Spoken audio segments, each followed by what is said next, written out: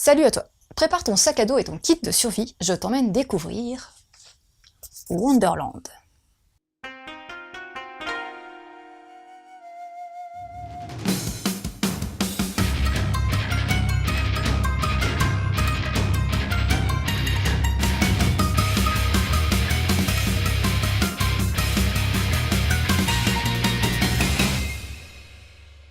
Tout commence le vendredi 22 mai, sans précision sur l'année, mais apparemment une époque actuelle.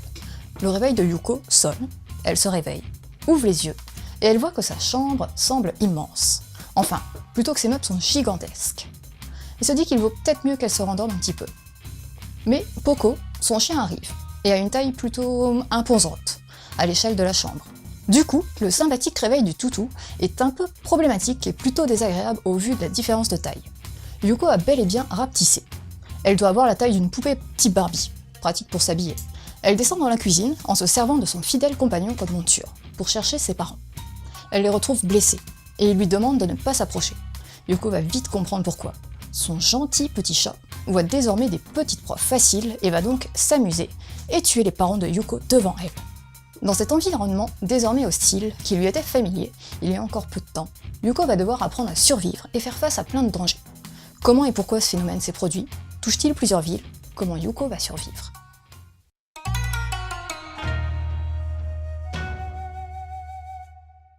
Concernant le découpage des cases, il est assez rectiligne. Il ne me semble pas avoir de cases en diagonale, ce qui est effectivement pas forcément nécessaire. Mais à la première lecture, le découpage m'a paru carré, et un peu trop peut-être du coup. Et du coup, assez froid. Mais cela concerne surtout les premières pages, après, tout en restant droit, l'auteur utilise pas mal les pleines pages, voire double pages, et même des cases en demi-page également, ce qui accentue bien les événements. Au niveau des décors, c'est bien fourni et très réaliste. Pareil pour les animaux. Un petit bémol pour les persos, pour lesquels ça manque un peu d'ombrage pour accentuer les émotions. Mais ce n'est que mon ressenti, et je suis sûrement un peu trop difficile car les émotions passent tout de même bien, via les yeux des persos. Et on rentre facilement dans l'histoire. Pour l'édition, rien à redire, elle respecte l'original, les onomatopées d'origine sont là, accompagnées d'une traduction. Très bien.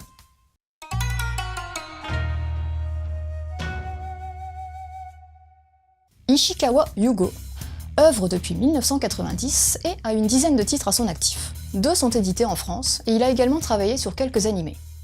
Et il a tout de même été l'assistant de Urasawa Naoki, l'auteur de Monster, 20th Century Boys. Mais la seule similitude que l'on peut trouver et comparer s'arrête au style graphique. Ishikawa a su fournir des œuvres bien à lui, avec des univers teintés de fantastique et de survival, du moins pour les titres édités en français, Sprite et Wonderland.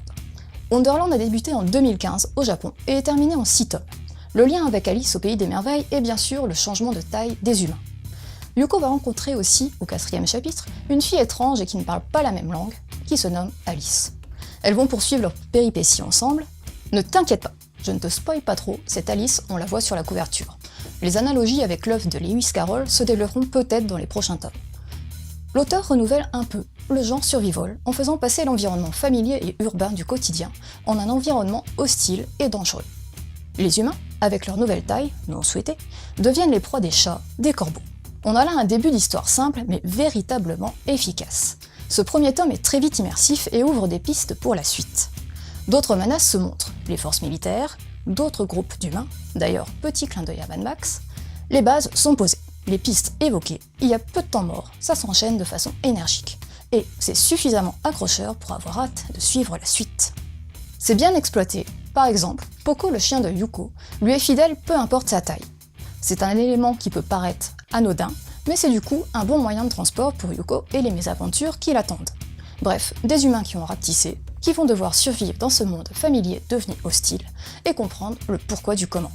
Un titre à suivre pour ceux qui aiment le genre. Pour rester dans le thème, quelques conseils.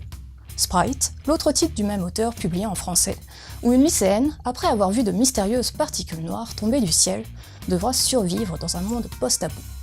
I Am a Hero de Hanazawa Kengo, où un homme craintif et souffrant d'hallucinations va devoir survivre dans un Tokyo qui commence à être contaminé.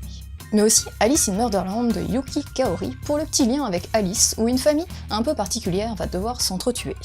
Voilà, c'était Flo, en espérant t'avoir donné envie de découvrir Wonderland et son monde qui n'est pourtant pas très merveilleux. Sur ce, je te laisse, bonne lecture et continue de suivre la voie du manga.